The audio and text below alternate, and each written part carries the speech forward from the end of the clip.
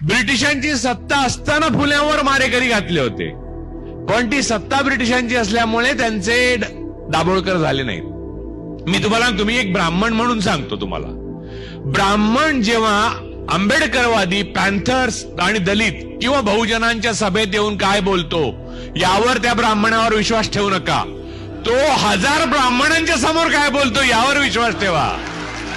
तिथे दादरमध्ये महाराष्ट्राला मुंबई मिळाल्यावर पहिले डॉक्टर बाबासाहेबांचं स्मारक व्हायला पाहिजे, निदान राजर्षी शाहू महाराजांचं व्हायला पाहिजे, छत्रपती शिवाजी महाराजांचं व्हायला पाहिजे. सावरकरांचं कुठून आलं स्मारक?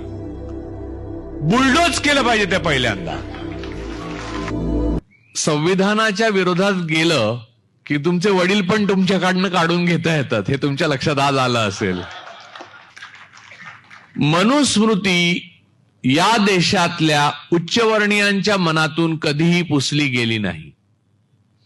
ताकद आपल्याकडे कमी आहे तोपर्यंत ते चुप्प बसले होते, एवढंच. जेव्हा हिंदुत्व असं म्हटलं जातं तेव्हा ते जातीसहित येतं. हिंदुत्व हे जातीविरहित असू शकत नाही.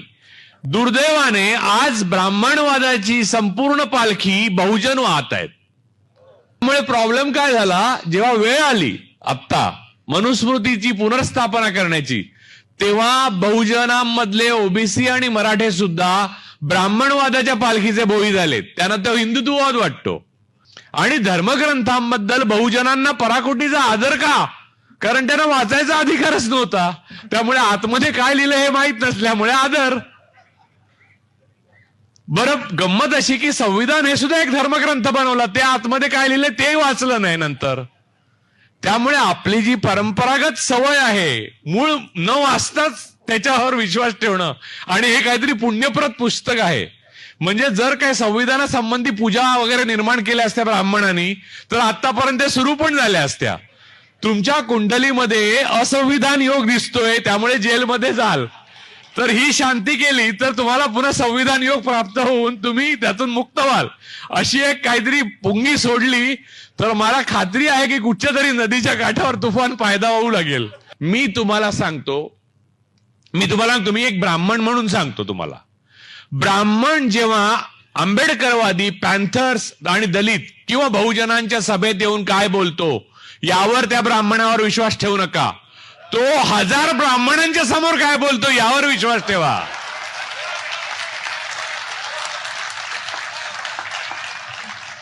ब्राह्मणांची सत्ता नसते तेव्हा ब्राह्मण वागतो तो खरा ब्राह्मण नव्हे. ब्राह्मणांची सत्ता असते तेव्हा वागतो तो खरा ब्राह्मण. तो आज तुम्हाला दिसतोय. ब्राह्मणवादाचा उगम आणि संपूर्ण जीवन या मनुस्मृतीमध्ये आहे. RSS, बीजेपी आणि आत्ताच्या सत्तेचा संपूर्ण पोपट जो आहे राक्षसाचा, तो मनुस्मृतीमध्ये आहे आणि ब्राह्मणवादामध्ये आहे.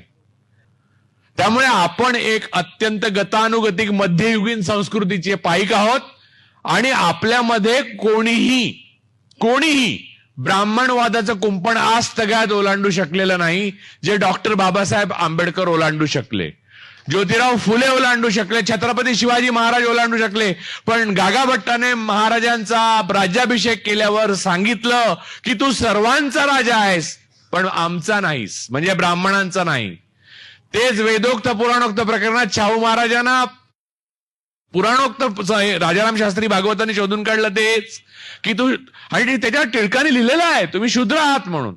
त्यामुळे आज जे मराठे समजतात की आता उपमुख्यमंत्रीपद नंतर मुख्यमंत्रीपद आणि त्याच्यानंतर पंतप्रधान पद, त्यांना लक्षात घेतलं पाहिजे की थिओक्रसीच्या जोरावर जे शासन संस्था उभी राहते त्याच्यामध्ये तुम्हाला गावकुसा बाहेर जाण्याची पुढची पायरी आहे. उपमुख्यमंत्रीपद तर दूरच, तुमचा कामापुरता मामा आहे, इथे कामापुरता काका होता.